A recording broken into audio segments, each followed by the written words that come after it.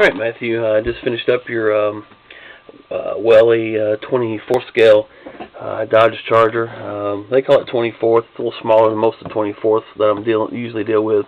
It's probably closer along the lines of 26th or 27th scale. But anyway, they listed as the 24th, so that's what we're going to go with. This is the Royal Newfoundland Constabulary unit, number 222, as you asked for. Probably get some flack about the way I said Newfoundland. Newfoundland, I mean Newfoundland, I guess. But anyway, I've always said Newfoundland, and it might sound like I'm saying New Finland, but I'm not. It's just Newfoundland. I guess it's my Kentucky accent. But anyway, regardless, it is finished. As you can see, it is in the case that you asked for to be mounted that way. The battery is located up underneath. Easy enough to change. Just pop it out of the connector and pop another one back in. So, fairly easy. It should last a long time on a 9-volt. I'll send a fresh one with it, so it'll last for quite a while. Mounted your switches on the outside here, at the bases, at the front of the and rear of the base. This is for your steady head and tail light. And on the back here is your emergency lighting, and then the button for your siren right here. Let's pull the top off. Obviously, it does come off. And go ahead and look at the model. Both doors still open. The rear doors do not open on these models, nor does the trunk. And the hood opens, and actually Welly does a pretty good job on detailing these motors up a little bit. So you can see gray where it needs to be gray, and Dodge emblem and everything on the intake cover and everything else. So fairly detailed. Put the push bumper on here. This does come off easy enough. I just left it on there.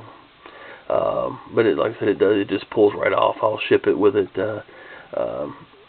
not in the holes in case it comes loose in shipping, so it won't mess anything up. So anyway, easy enough to replace and put on and take off.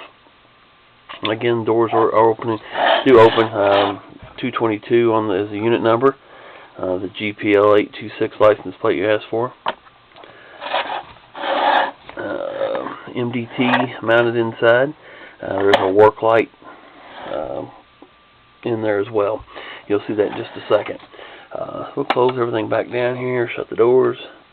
I've noticed on most of the pictures that I see of these units on the internet, antennas are a minimum on these cars. So just attach this one to the trunk just for the looks, I guess, for now. I can send you, when you see the video, let me know if you want a couple more of these, or you can always just trim these off, make them shorter if you want one of those stubby type antennas. I've got other options, so just let me know if there's something else you want me to send with this, and I'll make sure you get an antenna or 2 or 3 or whatever, or the little puck style antennas, whichever that you want mounted on the car. The glue that I use on these is this goop glue. It's more of a silicone type stuff, but it works really well. What I like about it is that it dries clear. Get this real close, you might be able to see some of it on the edge. But anyway, it doesn't take very much of this at all to stick the antennas on pretty well. And the best part about it is if you want to move them or change or do whatever else, or if they just break off, super glue will tear the paint off these models. This stuff here, you can just pop this off. Might leave a little bit of residue.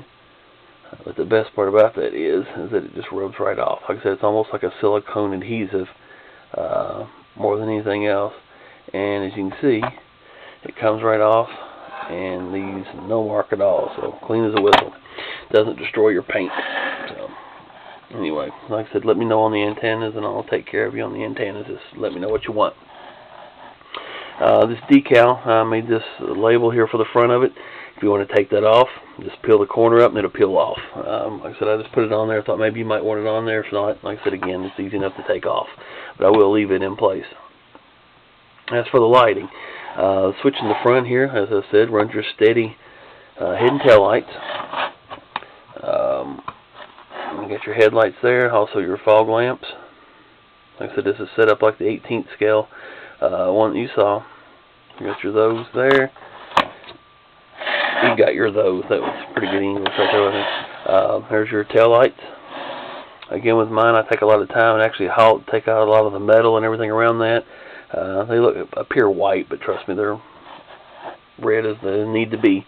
But I take a lot of the area out of the tail light lens behind the lens, so when you put the LEDs in there, it illuminates the whole lens a little bit better than some builders just drill a small hole. And anyway, had that discussion with the builder earlier today, so I'm not going there. Again, you can the interior, you can see your MDT a little bit better because the work light's illuminated.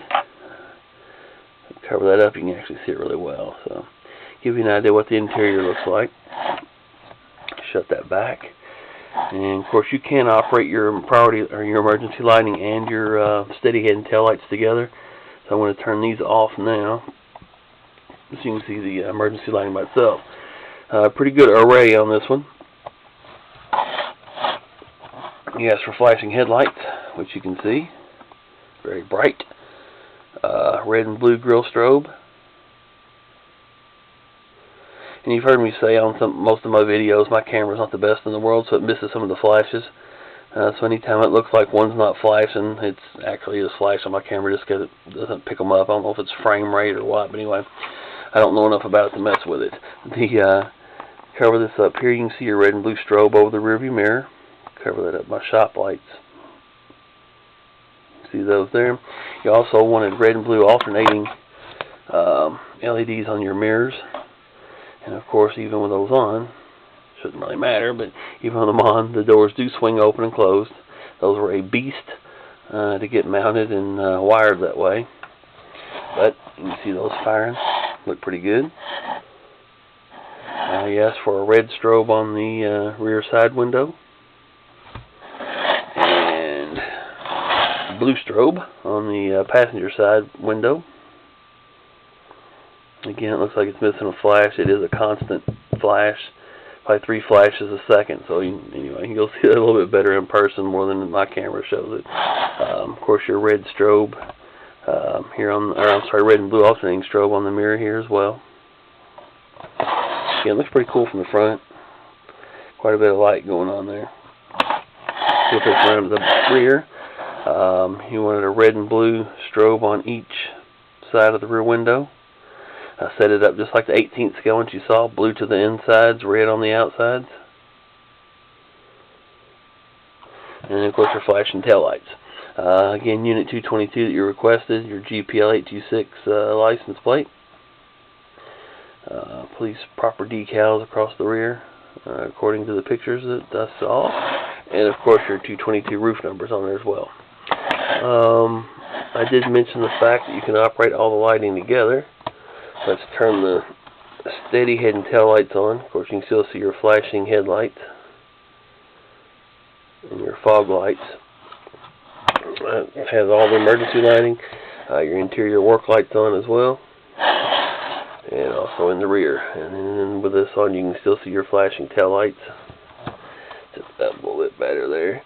See your flashing tail lights and steadies as well. Again, they can all work in unison or separate of each other, however you want to do it. Turn the steadies back off, and this video is going on forever. We'll kick the emergency lighting back on.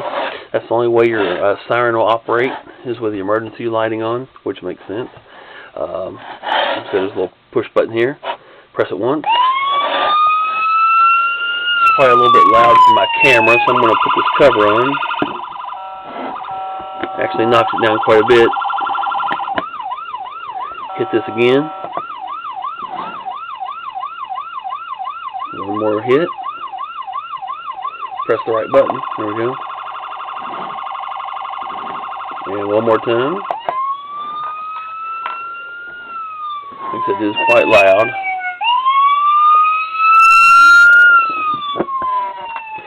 And then press it one more time, it goes off completely. So there you have it.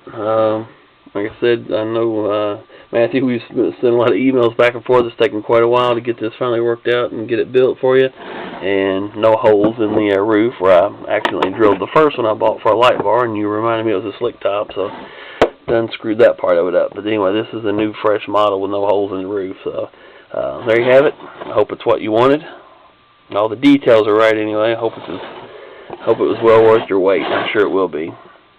So there you have it. Matthew, I appreciate it very much, and appreciate all the emails back and forth, and I've enjoyed talking to you over the last few months. So, like I said again, I appreciate it, sir. Thank you.